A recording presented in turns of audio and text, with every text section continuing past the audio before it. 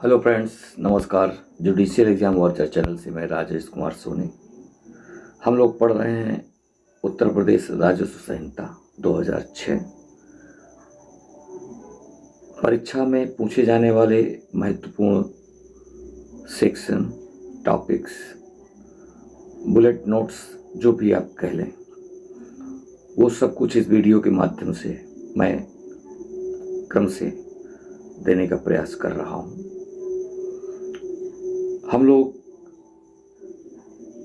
चर्चा करते करते वीडियो के माध्यम से पहुंच चुके हैं सेक्शन 178 तक, यानी कि आज हम 178 को देखेंगे, जो भी उसमें इम्पोर्टेंट है, जो भी आपके काम का है। रिसीवर की बात करते हैं। आपको पता है कि रिसीवर कलेक्टर साहब के नियंत्रण में कार्य करते हैं, उनके अधीन कार्य करते हैं, और ये बात उत्तर प्रदेश राजस्व संहिता की धारा 178 के क्लास 2 में बताई गई है। रिसीवर का वास्तव में काम क्या है, हम लोग इसके पहले वीडियो में चर्चा कर चुके हैं। मैंने अपने चैनल में सारी प्लेलिस्ट कंप्लीट कर दी हैं। उत्तर प्रदेश राजस्व संहिता की भी प्लेलिस्ट है। आप मेरे चैनल जुडिशियल एग्जाम वॉचर को सब्सक्राइब करें, प्लेलिस्ट पे जाएं और आप सर्च करें उत्तर प्रदेश रेवेन्यू कोड 2006। आपको सारे वीडियो मेरे एक साथ मिल जाएंगे। आप अपने मनचाहा वीडियो देख सकते हैं। तो पिछले वीडियो देखने के लिए कृपया प्लेलिस्ट को सर्च करें। आज रिसीवर की बात करते हैं तो हमें ये पता चला कि सेक्शन 178 के क्लास 2 में ये बताया गया है कि रिसीवर कलेक्टर साहब के नियंत्रण में कार्य करेंगे, उनके अधीन कार्य करेंगे। बस ये एक पॉइंट रह गया था रिसीवर के बारे में, तो इस वीडियो में यहीं से शुरू करते हैं। आज हमारा उद्देश्य है कि अगर भू राजस्व बकाया है किसी व्यक्ति पर, तो उससे वसूली कैसे की जाएगी, यानी कि बकायेदार से वसूली कैसे की जाएगी, बकायेदार से भू राजस्व वसूल करने की क्या प्रक्रिया है। सारे पॉइंट्स आज इसी से संबंधित होंगे इस वीडियो में। तो बकायेदार इसलिए वो बकायेदार कहलाता है चूंकि उसने भू राजस्व की अदायगी नहीं की है, उसके ऊपर काफ़ी सारा भू राजस्व बकाया है, इसलिए इसको हम बकायेदार कहते हैं। ये सरकार का बकायेदार है, तो सरकारी लोग ही इससे वसूल करेंगे, ये भी पक्की बात है। तो अगर बकायेदार से भू राजस्व वसूलने की प्रक्रिया शुरू की गई है और प्रक्रिया के तहत वसूला गया है, तो बकाये के साथ साथ 10%, ये याद रखना है आपको, 10% संग्रहण प्रभार भी वसूला जाएगा। जितना भी उसका अमाउंट होगा, उसका 10% उससे संग्रहण प्रभार के रूप में लिया जाएगा। दूसरी बात यह है कि बकायेदार की मान लीजिए मृत्यु हो जाती है, तो ये प्रक्रिया बंद नहीं होगी, ये प्रक्रिया चालू रहेगी। मृत्यु होने के बाद भी चालू रहेगी और उसके विधिक प्रतिनिधियों से बकाया वसूल किया जाएगा। उसके विधिक प्रतिनिधियों के विरुद्ध कार्यवाही चालू रहेगी। तो विधिक प्रतिनिधियों के विरुद्ध कार्यवाही जारी रहेगी बकायेदार के मृत्यु के पश्चात। लेकिन धारा 181 में ये बताया गया है कि ऐसी बकाया वसूलने की कार्यवाही में विधिक प्रतिनिधियों को गिरफ्तार नहीं किया जाएगा और न ही उनको कारागार में निरुद्ध किया जाएगा। ये सुविधा धारा 181 में कर दी गई है। वो बकायेदार का विधिक प्रतिनिधि है, बकायेदार की मृत्यु हो गई है, ठीक है भाई, बकायेदार आपको देगा, पैसा देगा, आप कार्रवाई करिए, उनके विरुद्ध कार्रवाई जारी रखिए, मिलेगा आपको, लेकिन उनको आप गिरफ्तार नहीं कर सकते हैं, उनको आप कारागार में निरुद्ध नहीं कर सकते हैं। इसके अलावा विधिक प्रतिनिधियों को ये भी व्यवस्था की गई कि विधिक प्रतिनिधि उसी सीमा तक वो बकाया चुकाने के लिए तत्पर होंगे, अधिकारी होंगे, जिस सीमा तक उसने उस मृतक से संपत्ति प्राप्त की होगी। इसको ऐसे समझ लीजिए कि मान लीजिए कि बकायेदार पर 2 लाख रुपए का भू राजस्व बकाया है, उदाहरण के लिए हम मान के चलते हैं, और उन्हें संपत्ति 1.5 लाख रुपए की कीमत की मिली है विधिक प्रतिनिधि से, वो बकायेदार से, मृतक से, तो वो भू राजस्व 2 लाख रुपया नहीं चुकाएंगे कानूनी रूप से, और सरकार 1.5 लाख रुपए की सीमा तक जो कि विधिक प्रतिनिधियों को प्राप्त हुए हैं उसकी संपत्ति से, वहां तक वो भू राजस्व ले पाएगी, और इसके बाद 50,000 रुपए की वसूली अब नहीं हो पाएगी। आप ये मान लीजिए कानूनी रूप से। तो ये व्यवस्था विधिक प्रतिनिधियों को दी गई है, ये छूट भी है उनके लिए, और देखा जाए तो कानूनी भी है उनके लिए। भाई क्यों जबरदस्ती वो मृतक का बकाया उस सीमा से अधिक चुकाएं जो उन्हें प्राप्त ही नहीं हुआ है या जिसका कभी उन्होंने इस्तेमाल ही नहीं किया है। तो लीगल है। दूसरी बात यह है कि मान लीजिए कोई बकायेदार है और उसकी किसी ने गारंटी ले ली है, प्रतिभू बन गया है कोई व्यक्ति और उसने प्रतिभूति दे दी है कि साहब ठीक है, हम गारंटी लेते हैं, अमुक समय तक ये चुकाएंगे या मैं चुकवाऊंगा, मैं गारंटी लेता हूँ, कुछ भी किसी भी तरह से अगर उन्होंने वो प्रतिभू बन गए हैं और उन्होंने प्रतिभूति ली है यानी कि गारंटी ली है, तो ये जान लीजिएगा कि इनके लिए ये कानून कठोर है। विधिक प्रतिनिधियों के लिए तो उतना कठोर नहीं है, मुलायम है, न्याय संगत है, लेकिन इनके लिए ये व्यवस्था की गई है कि अगर बकायेदार ने बकाया नहीं चुकाया तो जो कार्यवाही बकायेदार के विरुद्ध की जा रही है उसे बकायादार मान करके ही वही कार्यवाही की जाएगी। यानी कि प्रतिभू को जिसने प्रतिभूति दी है उसको ही बकायेदार मान करके उसके विरुद्ध कार्यवाही करके बकाया वसूल किया जाएगा। ये व्यवस्था की गई है इस संहिता के अंतर्गत। तो ये प्रतिभुओं के लिए खासतौर से ध्यान देने की बात है, कठोर है।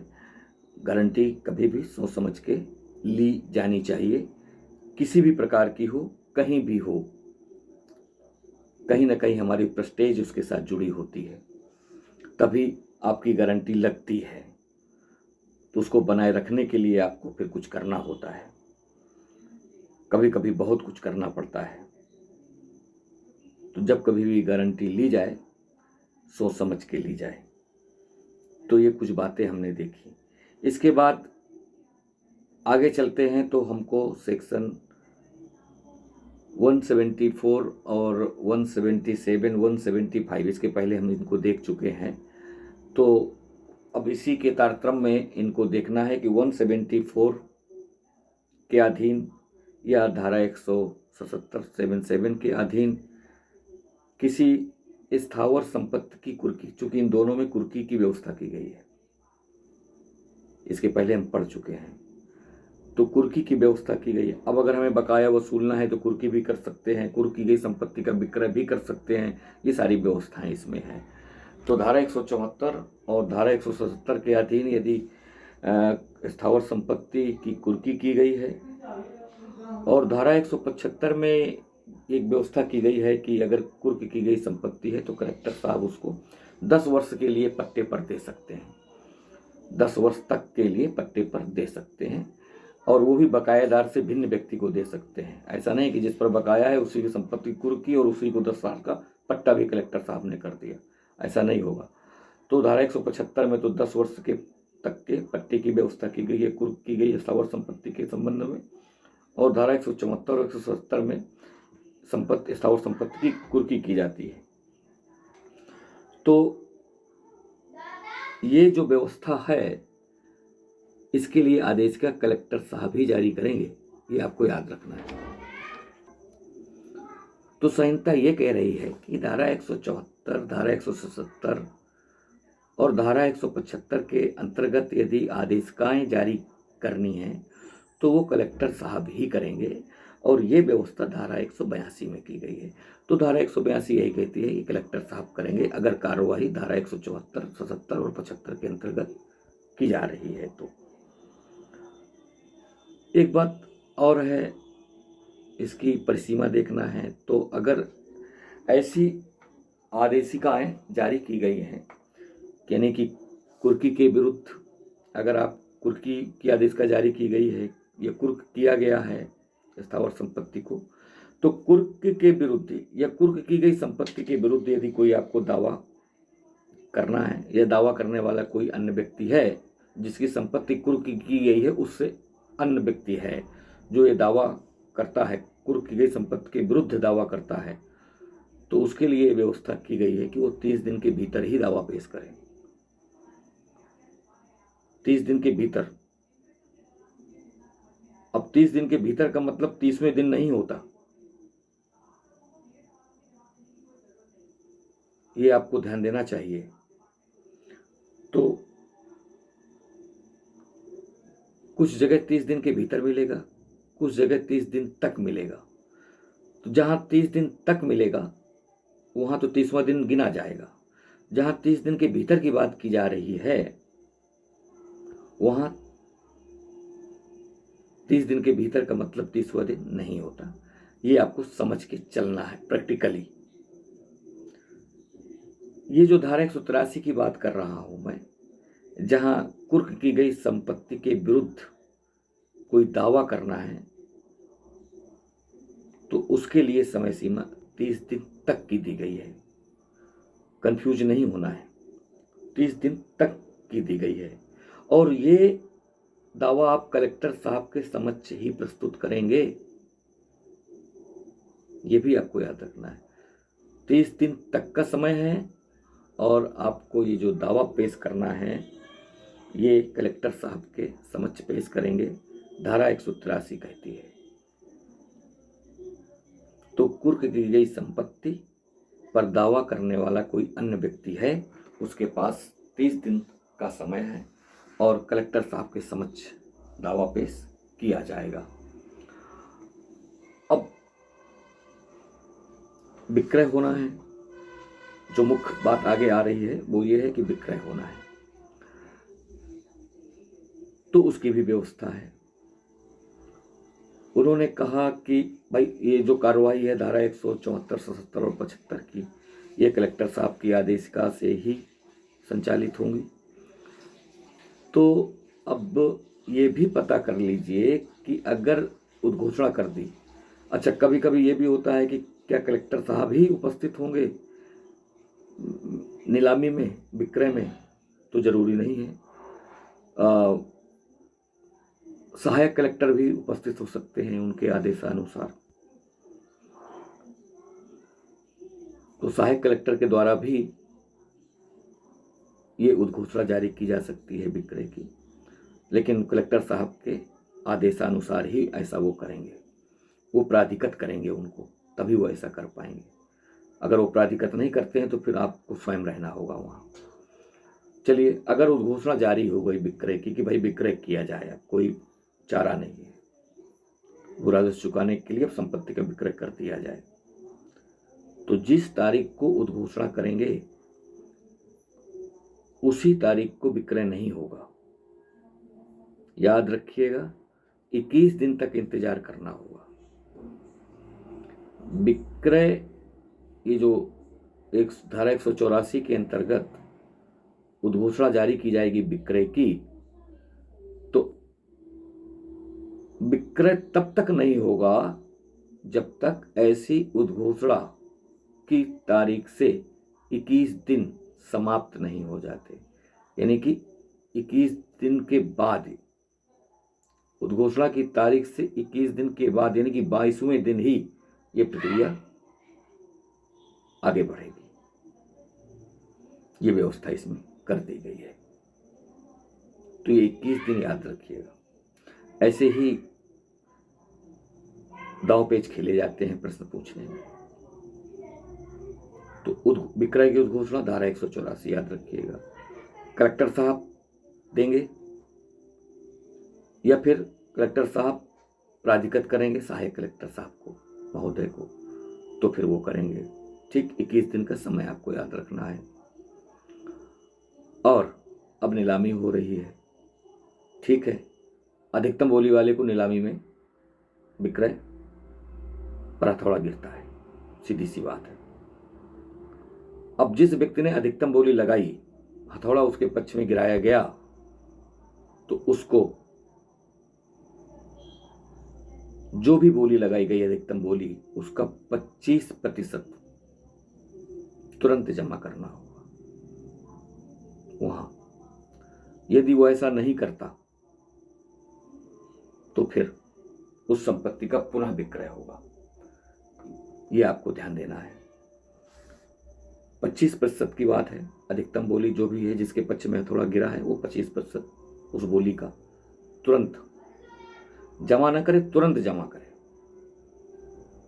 तुरंत जमा करना होगा।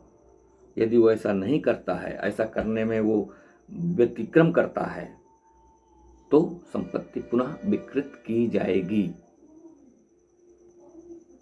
अब दूसरा पॉइंट आता है कि मान लीजिए अनुसूचित जाति या अनुसूचित जनजाति के व्यक्ति की भूमि या संपत्ति की बोली लगाई जा रही है, उसकी भूमि या संपत्ति का सार्वजनिक नीलामी द्वारा विक्रय किया जा रहा है, और ऐसी जाति या जनजाति का कोई अन्य व्यक्ति ऐसी नीलामी के 30 दिन के भीतर, अब यहां देखो 30 दिन के भीतर की बात आई है। 30 दिन तक की बात अलग होती है, 30 दिन के भीतर की बात अलग होती है। तो 30 दिन के भीतर अधिकतम बोली की धनराशि के बराबर की धनराशि का भुगतान कर देता है, तो ऐसे व्यक्ति को वरीयता दी जाएगी उस व्यक्ति से जो अनुसूचित जाति या अनुसूचित जनजाति का नहीं है। कहने का मतलब, यदि भू राजस्व बकाये की वसूली के प्रक्रिया में ऐसे भूमिधर या व्यक्ति की संपत्ति का नीलामी द्वारा विक्रय किया जा रहा है जो अनुसूचित जाति का है या अनुसूचित जनजाति का है, तो विक्रय पुष्ट होने के बाद अगर कोई व्यक्ति जो अनुसूचित जाति या जनजाति का है और वो विक्रय से 30 दिन के भीतर अधिकतम धनराशि के बराबर की धनराशि जमा कर देता है, तो इस व्यक्ति को वरीयता मिलेगी अपेक्षाकृत उस व्यक्ति से जो अनुसूचित जाति अनुसूचित जनजाति का नहीं है और बोली लगा के बैठा हुआ था। अगर कोई व्यक्ति नहीं जमा कर पाता है 30 दिन के भीतर, तो फिर उस व्यक्ति को तो विक्रय पुष्ट होगा, उसको तो वो संपत्ति मिलेगी। लेकिन अगर 30 दिन के भीतर ऐसा कोई व्यक्ति करने में सक्षम है, तो फिर उस व्यक्ति को संपत्ति नहीं मिलेगी।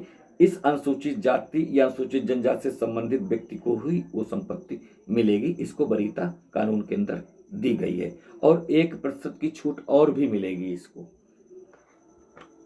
और ये बात धारा 191 में कही गई है, आप उसे पढ़ लीजिएगा, देख लीजिएगा। एक दो विशेष बात और है इसके संबंध में। विक्रय को आपास्त कराया जा सकता है। अगर केवल विक्रय को आपास्त कराना है तो कलेक्टर साहब को अर्जी दीजिए, और अगर विक्रय आपास्त करते हैं तो फिर जो भी खर्चा हर्जा आया है वो भी आपको ऑफिस में जमा करना होगा। लेकिन अगर कलेक्टर साहब को आवेदन करते हैं, कलेक्टर साहब विक्रय आपास्त करते हैं, तो हर्जा खर्चा जो भी लागत है, संग्रहण प्रभार है, वो सब आपको कलेक्टर साहब के कार्यालय में जमा करना होगा। धारा 192 के अंतर्गत आपास्त कर देंगे वो। लेकिन अगर आप विक्रय को अनियमितता के आधार पे, इरेगुलरिटीज के आधार पे आपास्त कराना चाहते हैं, तो धारा 193 में आपको जाना होगा और अब आवेदन आपको आयुक्त को देना होगा। और ये जो आवेदन है विक्रय अपास्त कराने के लिए, ये 30 दिन के भीतर देने होंगे। चाहे वो कलेक्टर साहब को दीजिए, चाहे आप आयुक्त महोदय को दीजिए, तो 30 दिन के भीतर की इसमें परिसीमा दी गई है। आज यहीं तक, अगले वीडियो में हम इसके आगे चर्चा करेंगे।